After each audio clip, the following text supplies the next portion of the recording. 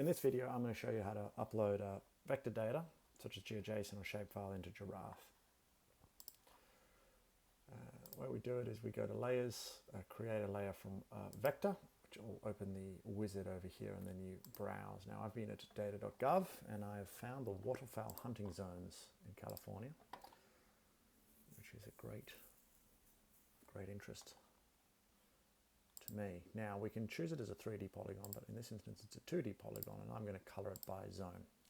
And you see that data comes in there, and if I edit the palette, I can change it to set 3, or I can override stuff. So if I strongly want a purple Colorado River zone and a red Southern California zone, I can do that. So there's Southern California, and there's the Colorado River.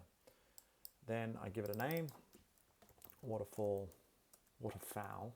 hunt zone, California, via data.gov.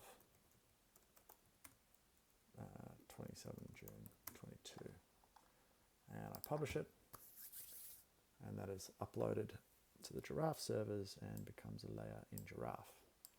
Now, you may have point data, and you want to see that as labels, very similar to these cities here, San Francisco, Sacramento. So let's do that. Again, we just create a layer from vector, and here I have the California taxable cities. Come in, there they are, there's all those points. It zooms you to the first one, that's where it's zooming you. Now we can have it as a circle, a line, or we can have it as a label.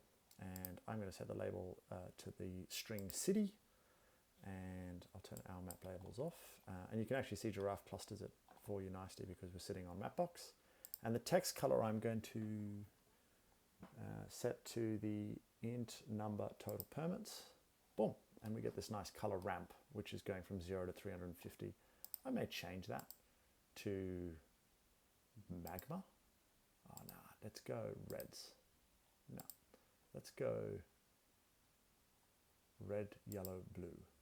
Cool. Update. I can set the text background color as well. I can either type in black, or I can type in white.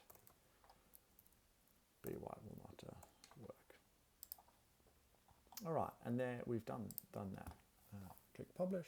Oh, now I gave it a silly name, so that's what it comes out as, but it's not the end of the world.